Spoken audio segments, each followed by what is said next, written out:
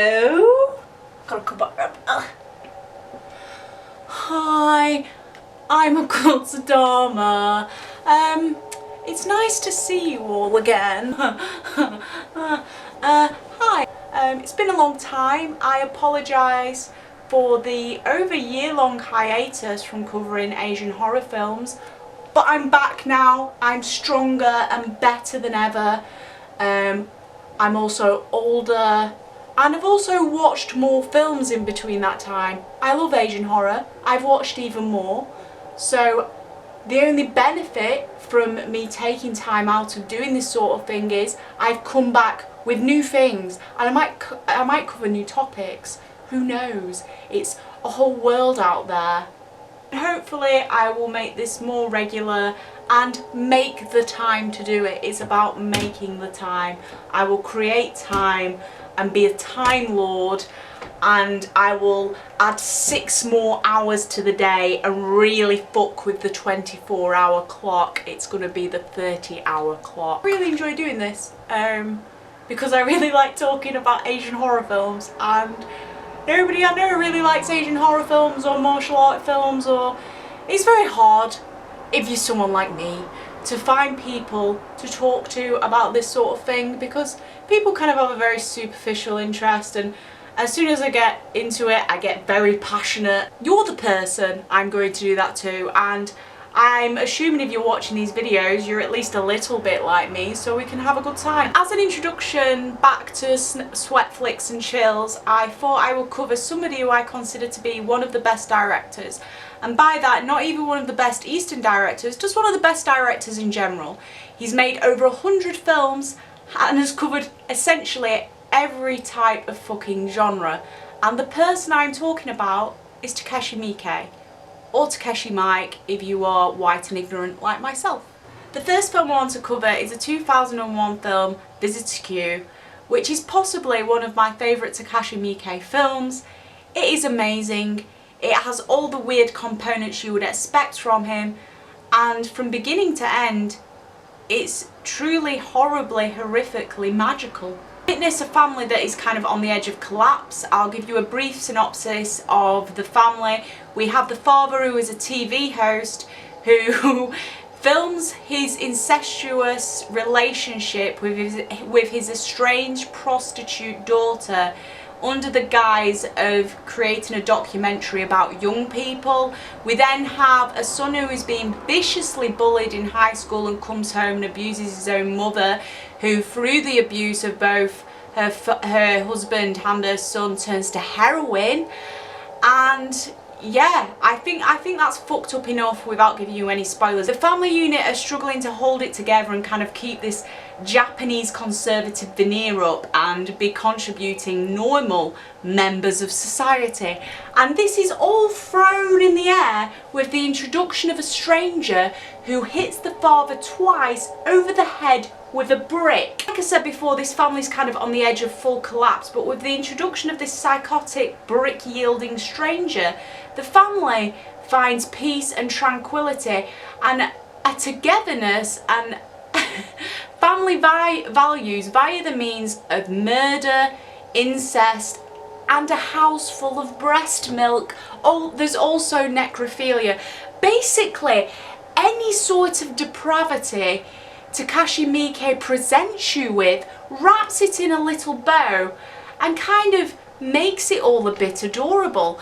This family are engaging in necrophilia, drug use, just any kind of heinous behaviour, but you adore them, and you kind of see through the encouragement of this stranger and the introduction of kind of living a serial killer lifestyle as a unit and being completely fucked up while swimming in breast milk and fucking dead bodies. They become all the better for it, and they all get closer as a family. It's a family bonding experience, really. So yeah, Takashi Miike has this really special talent for taking a family dynamic and tipping it on its head and showing you it in a completely different way. He will also confront you with people doing the most horrific things, and you like them even more for it, which is really, really bad. I mean, he's got a completely unfiltered lens when it comes to his cinema, and he really, I wouldn't say he doesn't care, he really cares, but he doesn't have a regard for boundaries and lines, and he really pushes that cinematic line and presents us with things you will not see in any other film. And he doesn't shy away from human evil, and he presents it in a completely different way. You have people that are doing evil things, but they are not necessarily evil beings. They are still people that can love each other, they are still people that have a humanity to them, and they're also people that are likeable. I am not saying go out and make friends with psychopaths. I'm not saying incestuous relationships, necrophilia, heroin are good. I think we all know heroin's bad by now. But what I am saying is, he introduces you with a different perspective, and he really exercises your empathy through his presentation of character. And that's why I think you should watch it. And it's a really interesting, quirky tale. I mean, the family dynamics changed by a man who hits the dad with a brick. I don't know what else I need to tell you, really. The next film I want to talk about is a film called Zebra Man. Zebra Man is completely different to Visitor Q, but it's a testament to what a good director Takashi Miike is, because he can make the rapid jump from a really horrific kind of family drama slash horror with necrophilia to a really charming kind of like satirical superhero comedy called Zebra Man.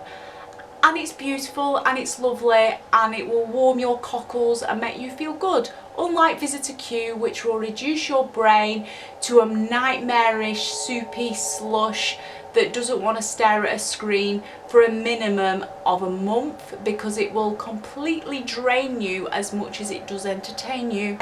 Zebra Man is a lot like things, if you've ever seen them, like Giant Robo, Ultra Q, Kamen Rider, kind of tokusatsu television and cinema in Japan. And what that is kind of live action anime and television dramas that are incredibly popular over there, and they tend to have a lot of kind of like janky special effects, and they tend to be incredibly charming. Live action Sailor Moon will be considered of that same genre, so you can kind of imagine the vein that this film is on. It's not to be taken seriously, it's just a lovely heartwarming film. The film follows a character called Shinichi, who's kind of a relatively pathetic father and school teacher who is obsessed with his childhood hero Zebra Man, and through kind of a series of national misfortune he morphs himself into the true Zebra Man and begins fighting crime.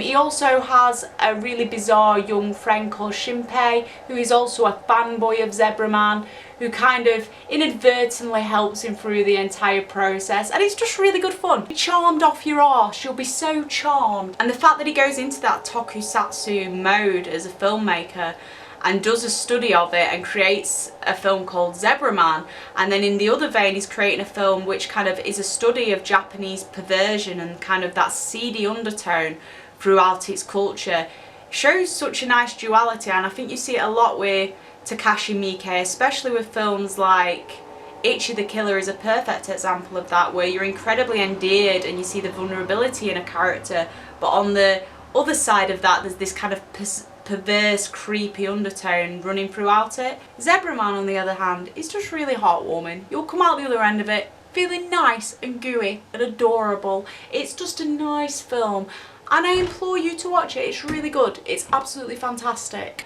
The next film I want to talk about is Full Metal Yakuza, and the reason I want to talk about this film, even though I wouldn't particularly say it's Takashi Miike's best film or anything like that, I think it's a classic Japanese tale done through a Takashi Miike lens, which is a reason to watch it. I think that is enough of a reason to watch it. It's kind of a Tetsuo-esque take on the Yakuza. It's got kind of a Noboru Iguchi vibe about it as well. It basically follows a Yakuza hopeful who is killed by a gang alongside his idol, who is a Yakuza mob boss.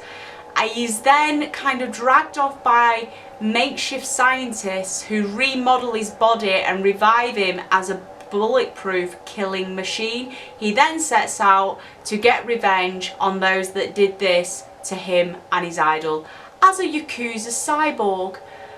And it's really good fun. and it's kind of a classic anime-esque, very embedded in Japanese filmmaking tale that's been told 100,000 times throughout Japanese and Eastern cinema, but it's done by Takashi Miike. I did it. I did the awful British white thing. It's done by Takashi Miike, so it's 10 times fucking better than you would normally get. And Tetsuo is one of my favourite films, and I'm not comparing this film to it in the slightest. They are completely different anyway, but it's worth a go if you like ridiculous storytelling, cyborgs, yakuzas, and just cool shit, because this film is just cool shit. It's a really cool movie, and it's interesting to see how Takashi Miike would deliver that kind of typical Japanese tale. And it's really fun. It's just really fun. Another film I want to definitely discuss with you is absolutely bloody fascinating, The Happiness of the Katakuris. I said before that Takashi Miike has a real talent for challenging himself as a director. This film, he takes on a musical, he takes on a family musical. It's based on another film by a Korean director called The Quiet Family. It basically follows a family that own a hotel, well, an inn, in a kind of remote area, and have a series of misfortunate accidents with their guests where they end up dying. And basically the film is a study in family values, it's heartwarming, and it's also a zombie musical. Yes, zombie musical. It's a zombie musical. That's the best way to describe this film. It's a zombie musical with gore, violence, and lovely family values. It's just, you will come away learning something about it. The family love each other, they are burying bodies, there is zombies, and there is a lot of fucking singing. It's 28 Days Later meets The Sound of Music meets Riki-Oh. It's definitely worth a watch. I'm not saying it's his best film. What I am saying is it's really fucking interesting and really fucking weird, and you will not see anything like this film in your life ever again. And it's just a testament to Takashi Miike's diversity and willingness to push himself as a director. He refuses to be confined. Basically, the man is a true artist, and artists should be celebrated, and we should watch his films. The final film I'm going to recommend to you, I'm going to go into very little detail about. I'm simply just going to tell you the opening of this film as a means of selling it to you. You will either be repulsed by this concept, or you are like me and would want to watch it more. And yes, I'm talking about Ichi the Killer, which is based on an anime of the same name, which is probably the hallmark Takashi Miike film, if we're being honest. If you think of a film associated with him, you definitely think of this film. Yeah, back to the original point. This is all I'm going to tell you about Ichi the Killer. The opening scene of Ichi the Killer, we see a prostitute's face being pummeled by a pimp whilst he rapes her, whilst a gimp in a full latex bodysuit stands there watching, masturbating. Yeah, so I'd say that was probably a good hello, thank you, I'm back now to Sweatflix and Chills, and thank you for joining me. If you want some more recommendations of Takashi Miike, there's literally hundreds to choose from, but I would say things like Yakuza, Apocalypse. Oh, he directed One Missed Call, which is a very famous Japanese film, which has a Western remake. Stop it! Just stop remaking them. You lose all the magic of the original. Nobody asks for them. The One Missed Call Western remake is a particularly bad one as well. You can watch that. I don't know what would possess you to do it, apart from kind of thinking going into it, oh, like, this will be hilarious because it's going to be so bad. No, it's just fucking bad, and you will literally be wasting your time, and you won't be getting that time back. Don't do it. Don't do it. It's like watching The Ring videotape. Don't watch One Missed Call. it will kill your soul. Also watch films like Bird People of China. I mean, that one's a weird departure for him as well. It's a much more subdued film that's just very visual and beautiful and quite a sweet story. And it's also got that weird Yakuza undercurrent in that a lot of Takashi Miike films have. Also Gozu, I would recommend watching Gozu. I mean, I could sit here and ream off kind of Takashi Miike films, but they're a safe bet. He even did the Phoenix Wright film. This is a man who's been doing this, God, since 1991, so for about as long as I've been alive, which is ridiculous. He's a really hard worker, and it's quite obvious that this is his passion, and he makes films because he truly loves making them. And we should support people like that, and we should celebrate people like that, and we should know about people like that. So go out and explore some goddamn bloody Takashi Miike. I think you'd be better off for it, especially if you like Eastern cinema, Japanese cinema, or just films in general. You have to investigate his films. He's brilliant, he's really good. Yeah. Oh, I think that's me. Thank you for joining me for another episode of Sweatflix and Chills. I'll do this again. Thank you very, very much. Thank you for seeing this all the way through to the end. You're a resilient fucker. Also, I apologise for the sweaty near non-clothedness as well. It's 28 degrees Celsius. It's really fucking hot. I'm sweating my lady bollocks off. But thank you very much for spending this time with me. Like, comment, subscribe, all the usual shit that every YouTuber on here fucking says. If you could do it, I'd be really grateful. Yeah, until next time, thank you. Bye bye. Bye bye. Bye bye. Bye bye. Bye bye. Bye bye. Bye bye. Thank you.